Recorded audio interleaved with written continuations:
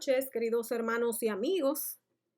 En esta oportunidad vamos a compartir el mensaje de la palabra de Dios con todos ustedes y vamos a orar. Dios del cielo, Señor, en esta hora te alabamos, te bendecimos, te glorificamos, damos loor a tu nombre y te damos las gracias porque tú nos mantienes con vida, porque hasta aquí, Señor, tu mano poderosa ha estado con nosotros. Te pedimos encarecidamente que tú perdones nuestros pecados, que nos convenzas por medio de la obra del Espíritu Santo en esta noche, que descienda con poder desde lo alto tu Espíritu Santo y que también el poder de tu palabra, Señor, sea vivo y eficaz en nuestras vidas, que podamos entender que tu presencia va guiándonos, va delante de nosotros en el camino y que tú estás ahí, que tú no te mueves, que tú no te mudas, Señor. Tú eres nuestro Dios.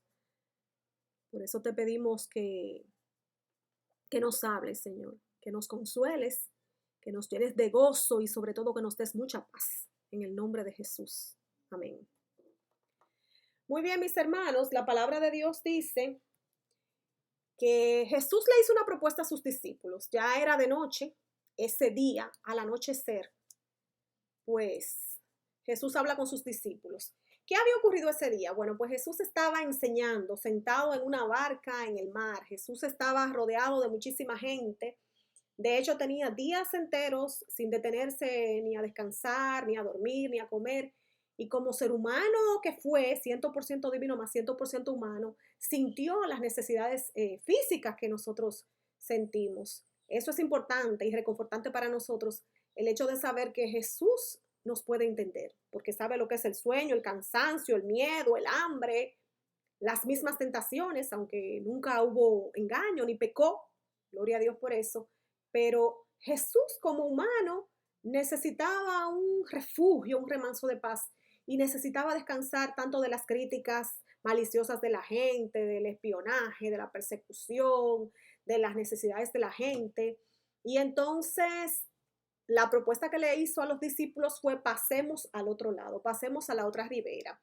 Era la región occidental que también estaba habitada, había villas y aldeas, pero no había gente judía, sino gente pagana.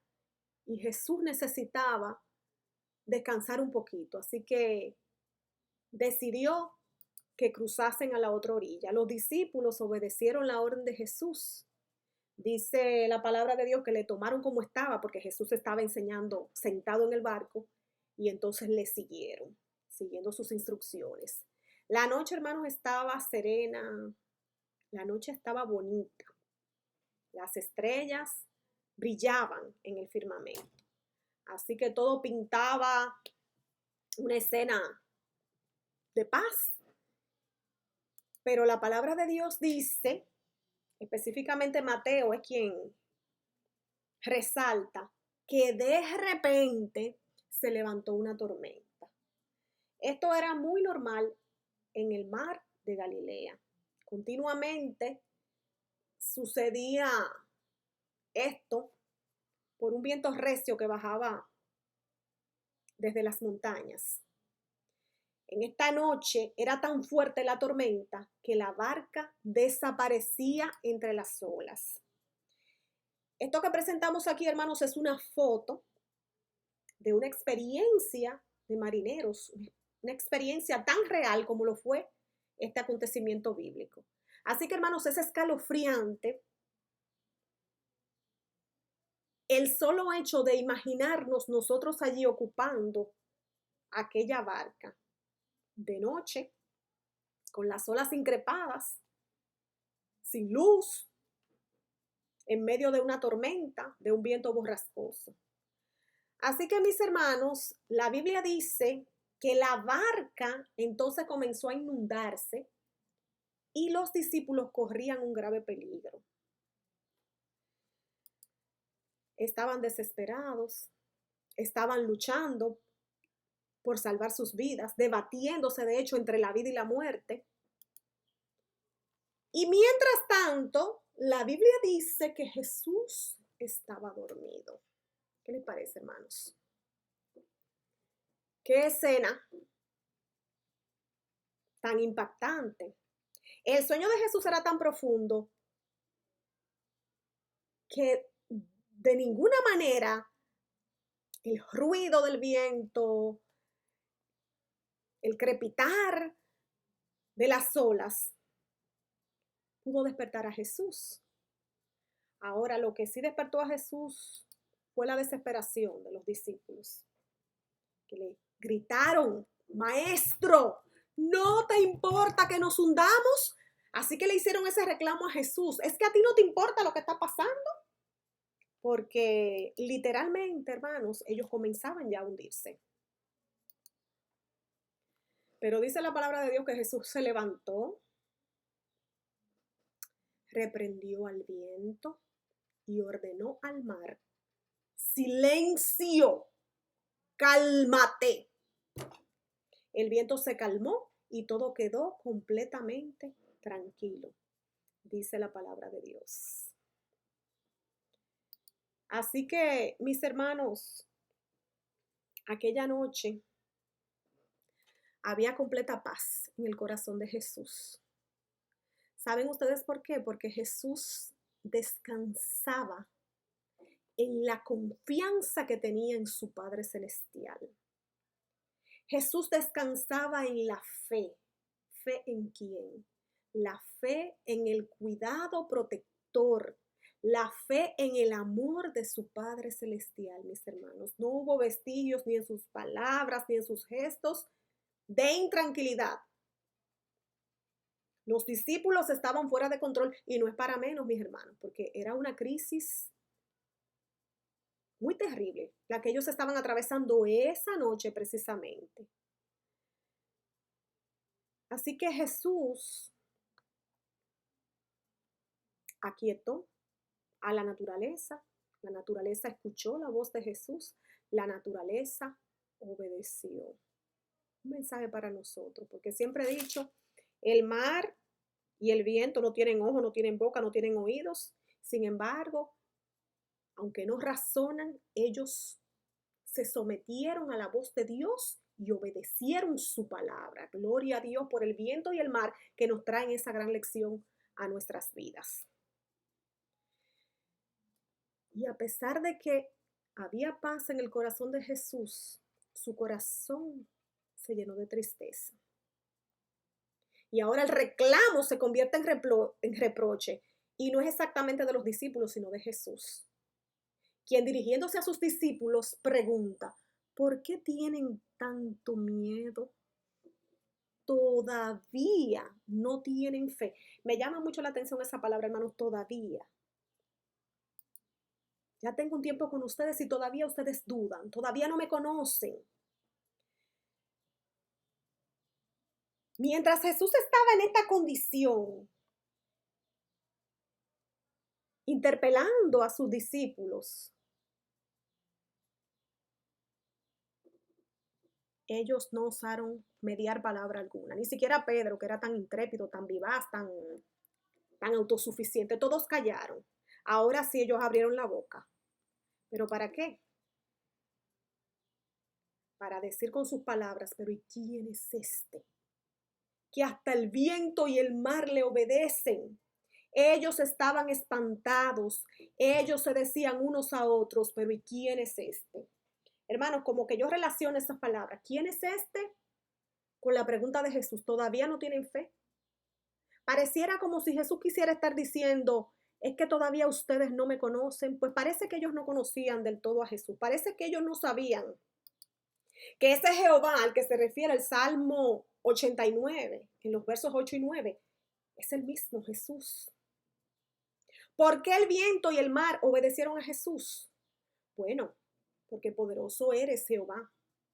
Porque Jesús, que es Dios, tiene dominio sobre la braveza del mar. Gloria a Dios, mis hermanos. Porque esa vivencia de ellos ya estaba registrada en la palabra de Dios. ¿Por qué cuando se levantan las olas del mar, Jesús las sosiega? Porque tiene dominio. Tiene dominio y control no solo sobre el mar, no solo sobre el viento, sino sobre el universo, porque Dios es soberano, primeramente, hermano, allá arriba, en el cielo, y luego en la tierra. Así que este incidente me permite recordar hace unos días un tema que estaba disertando un orador muy famoso, muy conocido por todos nosotros, muy querido, muy espiritual, un hombre de Dios. Y entonces él hacía la diferencia entre esta tormenta que se suscitó en el mar con Jesús en el barco y la tormenta que vivió la embarcación donde iba un hijo de Dios desobediente. Nos referimos a Jonás. Jonás recibió una orden directa de Dios de que fuera a Nínive a proclamar contra ella su maldad para que se arrepintiese. Y Jonás salió, pero no en obediencia a Dios. Se fue en dirección contraria, hacia Tarsis, huyendo del Señor. Entonces, ese orador reconocido decía que era muy diferente la experiencia de Jonás esa noche y la de los discípulos. Porque Jonás estaba huyendo de Dios y estaba en desobediencia, mientras que los discípulos precisamente habían obedecido la orden y la propuesta, la invitación, como usted quiera llamarle, que le hizo Jesús: pasemos al otro lado. De hecho, los discípulos no huían de Jesús, andaban con Jesús. Entonces él enfatizaba el hecho de que tenemos que reconocer que aunque no estemos en desobediencia, siempre va a haber tormentas en nuestras vidas, porque estamos en un mundo de pecado y somos víctimas de este mundo de pecado. Sin embargo, mis hermanos, ante la pregunta de Jesús, ¿es que ustedes no tienen fe? Yo me hago la pregunta también.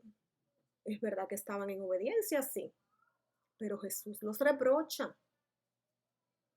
Y dice la Biblia del peregrino en Mateo 8:26 que Jesús le dijo cobardes.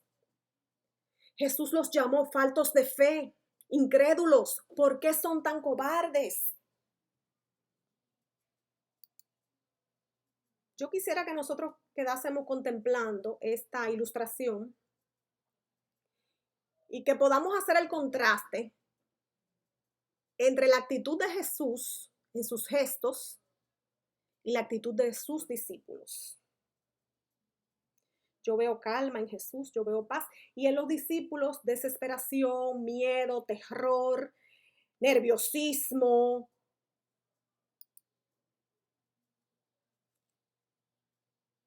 Y es que en el libro El deseado de todas las gentes de Elena de White, el capítulo 35, titulado Calla, enmudece, en la página 302 y 303, nos especifica que los discípulos cometieron un grave error esa noche. Yo pensé que habían cometido 2 errores al leer el capítulo, pero en realidad fue uno. Los discípulos lucharon solos en medio de la tempestad. Pero el error mayor no fue ese, sino que ellos, en sus esfuerzos por salvarse a sí mismos, ellos se olvidaron de Jesús, se olvidaron del que los invitó a subir al barco, del que los invitó a pasar al otro lado. Ellos perdieron la memoria en ese momento de desesperación. Y entonces, como expertos en navegación, pescadores de tanto tiempo, ellos se creyeron capaces de poder tomar control de la situación, pero no fue así. Y lo cierto es, hermanos, que si los discípulos hubiesen confiado en Jesús, habrían sido guardados en paz. Y lo más triste del caso, ellos estaban en obediencia, sí, pero su temor en tiempo de peligro, no menos cierto, reveló su incredulidad, mis hermanos. Y me planteo que es la misma condición en la que nos encontramos tú y yo en este momento. Quizá muchos de nosotros nos sentimos seguros en medio de esta crisis sanitaria y de esta gran crisis económica que se avecina. Nos sentimos a veces invencibles, nos sentimos inmunes, pensando que somos hijos de Dios y que estamos en obediencia. Hermanos, pero esta tormenta que nosotros estamos viviendo en este preciso momento de la historia de este mundo nos recuerda que Dios está probando nuestra fe, que Dios está acrisolando en el fuego nuestra fe, para que la fe salga como oro, para que Dios pueda encontrarnos aprobados, mis hermanos. Porque lo cierto es que aunque estamos en obediencia, muchos de nosotros decimos, bueno, yo voy a todos los cultos de la iglesia, yo no falto a ninguno, llego temprano, soy puntual. Como me decía alguien, yo llego, yo soy una gente buena, yo llego, yo me siento, yo no hablo con nadie, yo soy una hija de Dios, yo soy la número uno en todo, yo estoy siguiendo las directrices de mi Dios, así que yo no tengo nada que cambiar porque soy una cristiana 100%. Entonces creemos que porque leemos el folleto diariamente, dicho sea de paso, hermano, ¿cuánto afán por tener a mano un folleto cuando estamos descuidando la palabra de Dios? Cuando hemos descuidado el estudio del espíritu de profecía, mis hermanos, es triste la condición en la que nosotros nos encontramos. La condición en la que nos sorprende este desenlace de la historia de este mundo, hermano, porque estamos en los umbrales, hermanos, del fin del mundo. Entonces, muchos de nosotros, al igual que los discípulos, nos encontramos en estado de terror, en estado de agitación, en estado de temor. Muchos de nosotros estamos pendientes de todo menos de Jesús.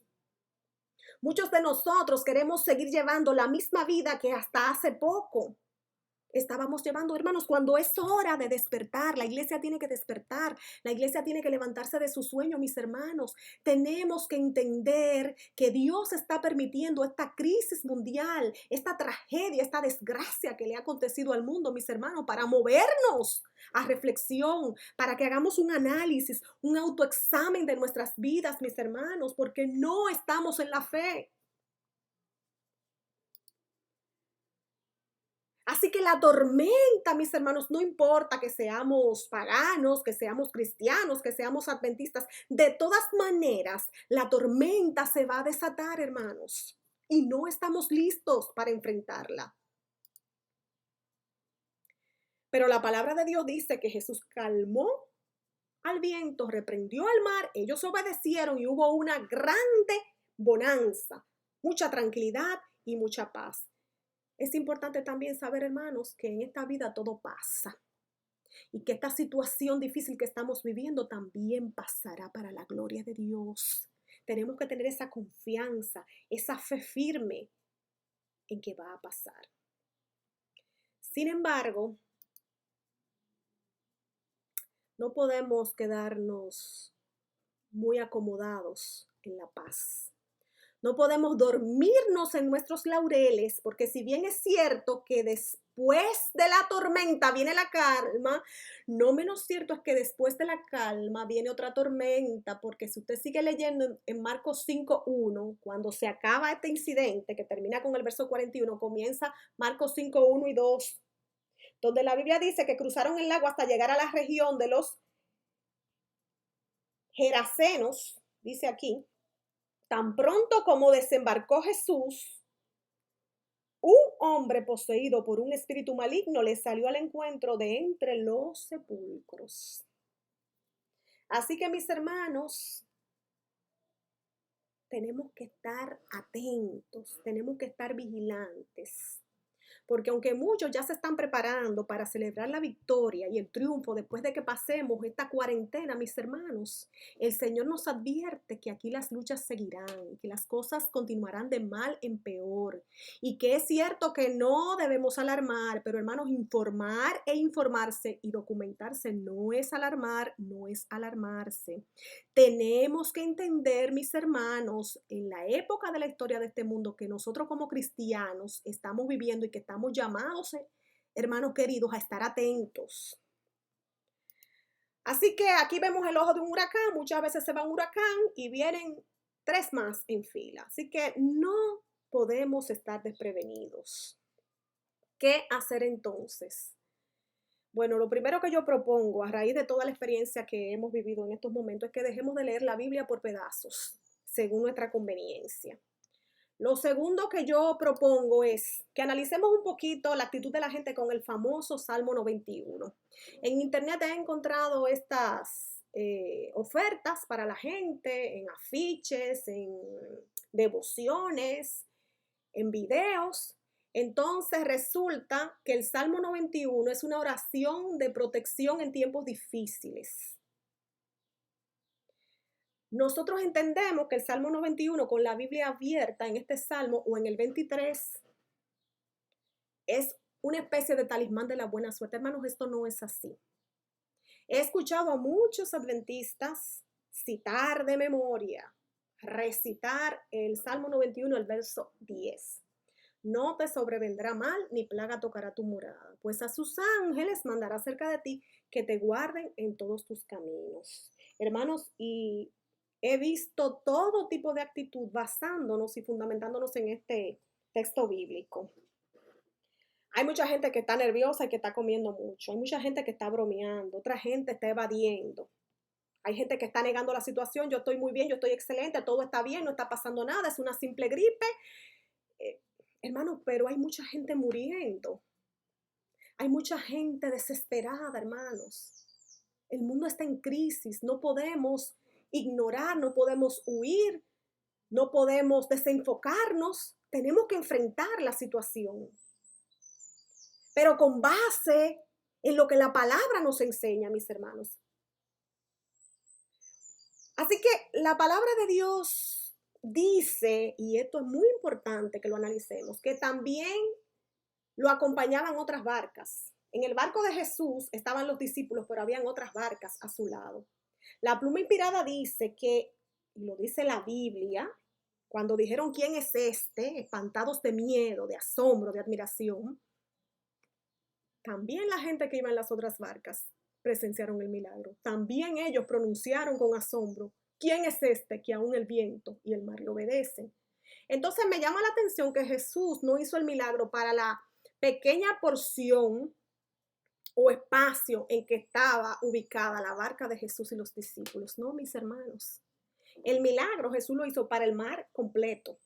El milagro también le tocó a la gente que ocupaba esas otras barcas, mis hermanos, porque muchas veces creemos que porque somos adventistas el Señor nos protegerá y no importa lo que pase allá afuera y no importa que los que no profesan una religión, los que no sirven a Cristo de la forma en que nosotros lo hacemos, no importa que ellos mueran, no importa que ellos sufran, hermanos, nosotros estamos llamados a llorar con los que lloran, a gozarnos con los que se gozan. Pero también tenemos que dolernos con los que se duelen, mis hermanos, porque es parte de nuestro cristianismo. Así que el hecho de que no hay plaga que toque nuestra morada, porque nosotros estamos con Cristo, hermano, no, no es como tan, no es tan, ¿cuál es la palabra que quiero decir? No identifica realmente el amor del Padre. No se identifica a Cristo con estas expresiones de falta de bondad hacia nuestros hermanos, sean paganos, sean religiosos de otra denominación o sean adventistas del séptimo día. El milagro de la lluvia, de la noche, del amanecer, es para todos, mis hermanos. Así que tenemos que comenzar a orar no solamente para que Dios salve nuestras vidas, no solamente para que Dios libre a nuestros familiares, hermanos, tenemos que orar por todos, porque todos en este planeta estamos sumidos en la misma crisis. Y todos, hermanos, todos, por todos murió Jesús y todos estamos bajo la mirada y el escrutinio de nuestro gran Creador. La palabra de Dios dice en el Salmo completo, mis hermanos, que cuando yo le diga al Señor, Señor, tú eres mi refugio, tú eres mi fortaleza, tú eres el Dios en quien confío, no ahora, en medio de la pandemia, no. Que cuando yo tenga una experiencia con Dios y una relación tan real con Él, que ese sea mi sentir diario, entonces voy a tener la certeza y la seguridad de que Dios va conmigo. Con relación al Salmo 91, en vez de estar leyendo el verso 7 que habla de que caerán 1000 y 10.000 a tu diestra, mas a ti no llegará. Y el Salmo 10 que dice que no va a haber plaga que toque mi morada, hermanos. Lo que tenemos que enfatizar es el Salmo completo, pero comenzando desde el 1. Porque la clave, hermanos, de la paz, la clave de la seguridad, la clave de la protección se encuentra en el Salmo 91:1. ¿Quién morará bajo la sombra del Omnipotente, mis hermanos? El que habita al abrigo del Altísimo. La clave, mis hermanos, es habitar al abrigo del Altísimo. ¿Estoy yo habitando diariamente bajo la sombra del Omnipotente? ¿Estoy morando bajo esa sombra porque yo me acojo al abrigo del Altísimo? Es bueno que nosotros nos hagamos esa pregunta, mis hermanos. Qué bueno es sentir la paz de la presencia de Cristo. Qué lindo es saber que este episodio bíblico me enseña a confiar en Dios. Este episodio bíblico me habla de fe. Me habla de que Jesús se entristece cuando nos falla la fe, cuando nos falta la fe. Jesús se entristece cuando hay sentimientos de cobardía en nuestras vidas. Pero qué bueno es saber que si la presencia de Jesús va con nosotros, no tenemos por qué temer. Porque la presencia de Jesús trae paz y sanidad al alma. Porque la presencia de Jesús calma todas las tormentas y todas las tempestades de esta vida. Qué maravilloso es saber que cuando llega Jesús, las tinieblas se van porque Jesús es la luz del mundo. Así que mis hermanos, el Señor quiere que nosotros en estos tiempos de angustia, en estos tiempos de depresión, en estos tiempos de desesperación, nosotros nos acojamos bajo la sombra del Omnipotente, que habitemos al abrigo del Altísimo. ¿Qué hacer entonces, hermanos? Miren, lo primero, ubicarnos en nuestro verdadero contexto. Efesios 5:16, hermano, una receta, una medicina que nosotros tenemos que estar tomando constantemente. La dosificación, ya ustedes saben, está abierta a cualquier hora 24/7, aprovechando bien el tiempo porque los días son malos. ¿Qué dice Santiago 5:10? ¿Está alguno triste? Pues haga oración. ¿Está alguno de buen ánimo? Porque alegre no podemos estar, porque el mundo está de luto. ¿Está alguno de buen ánimo? Dice la Nueva Versión Internacional, pues entonces cante alabanza. Si hay enfermos, aunque la Biblia dice que los ancianos vayan a la casa y que unjan a ese hermano enfermo, en este momento, como estamos obedeciendo órdenes, porque nosotros somos obedientes, no somos imprudentes, no somos insensatos, entonces tenemos que orar por ese enfermo. Y dice la palabra de Dios en Santiago 5, que la oración de fe sanará al enfermo, mis hermanos. La oración de fe, porque esto es cuestión de fe. Y si hubiese pecado ese hermano, esa hermana, ese pagano, esa pagana, dice la palabra de Dios, sus pecados les serán perdonados para la gloria de Dios. ¿Qué más dice Santiago 5, hermano? Que nosotros debemos de humillarnos y debemos de confesar nuestras faltas los unos a los otros, que debemos de pedirnos perdón, que debemos amarnos, que debemos de reconciliarnos con Dios, con nosotros mismos, con el hermano, con el familiar, con el amigo, con el mundo, en el nombre de Jesús. Pero sobre todo me llama mucho la atención Primera de Pedro 4:7. Porque en esta versión y en otras no había descubierto exactamente qué es lo que dice. En esta versión nos dice que para poder orar, nosotros tenemos que seguir el consejo que Jesús le dio al mar y al viento. Tenemos que estar en silencio, tenemos que estar en sobriedad, tenemos que permanecer en calma. Dios requiere de nosotros que nos acerquemos a Él en oración, que resistamos al diablo para que huya de nosotros, pero que también nos sometamos a Cristo. En cambio,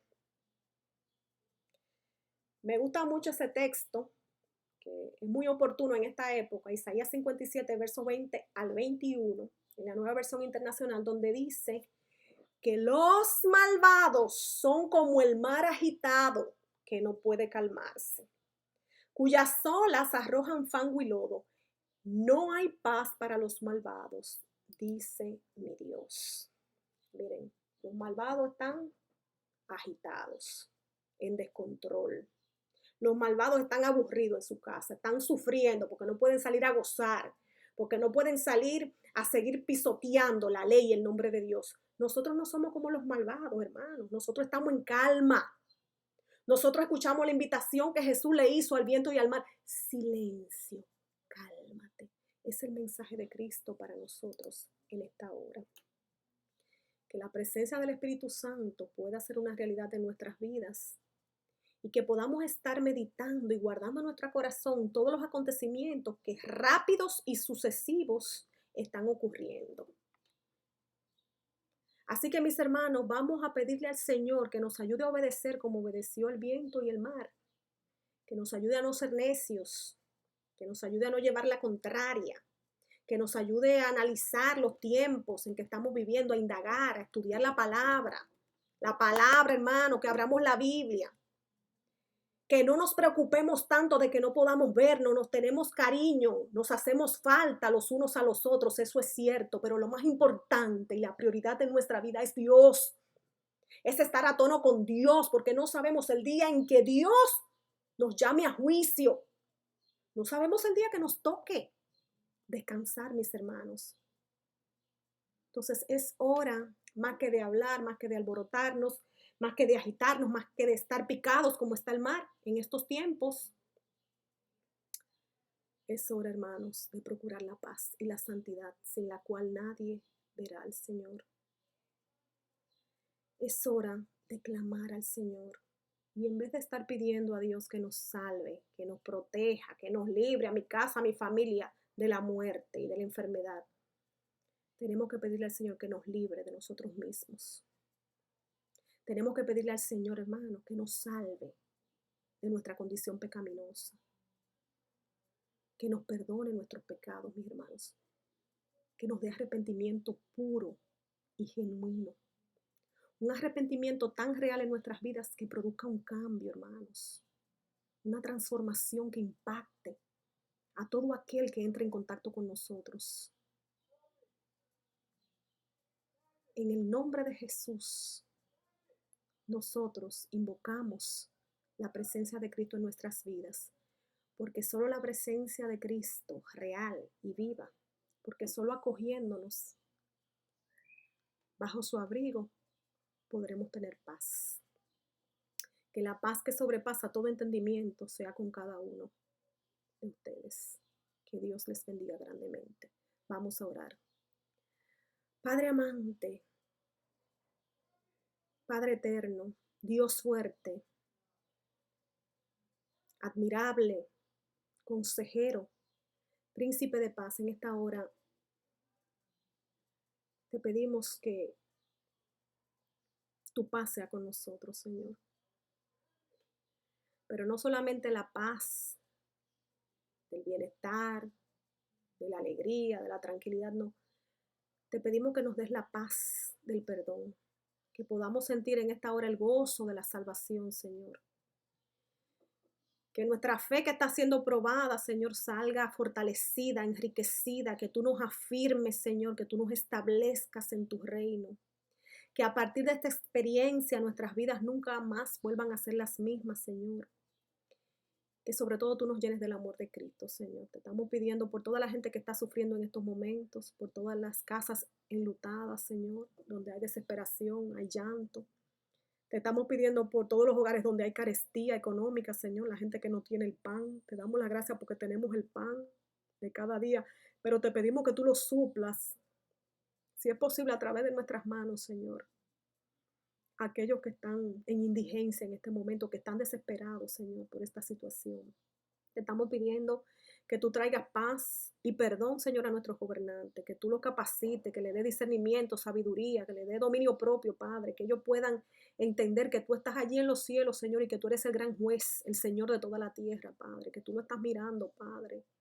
Ten misericordia de cada uno de tus hijos, Señor. Ten misericordia de todos los médicos que tienen que salir a las calles, Señor, que emocionalmente, Señor, están agotados, así como Jesús se cansó, Señor, tienen necesidad de descanso, Señor, mas no pueden hacerlo, Señor, que nosotros valoremos la oportunidad y el privilegio que tú nos das de quedarnos en la casa, Señor, que seamos obedientes, Señor, Porque el insensato, Señor, ve el mar y sigue de largo. El avisado se detiene, pero el insensato sufre las consecuencias, Señor. Que seamos sensatos en esta época.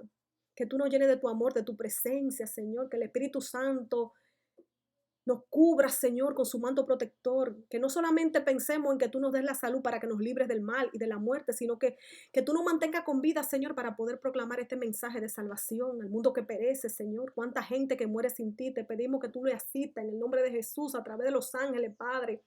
Que tú les des la oportunidad, la última oportunidad antes de partir de este mundo, Señor, en sus últimos minutos de agonía, Señor. Aún así sea, Señor, que tú seas con ellos, Señor, y que ellos puedan declararte como Señor, dueño y creador del universo y dueño y Señor de sus vidas, Señor. Gracias, Señor, porque contamos contigo en momentos de sufrimiento, de dolor, de desesperanza, Señor. Gracias, Cristo, porque tú eres nuestra esperanza. Gracias por la comunión con el Padre, por el amor del Padre. Gracias por el sacrificio de Cristo. Gracias, Señor, por el consuelo que nos da el Espíritu Santo. Señor, sigue a nuestro lado. Quédate con nosotros, Señor, para que nosotros podamos quedarnos contigo. O más bien, Señor, nosotros nos quedamos contigo para que tú te puedas quedar con nosotros, Señor. Gracias, gracias, Señor, en el nombre de Jesús. Amén.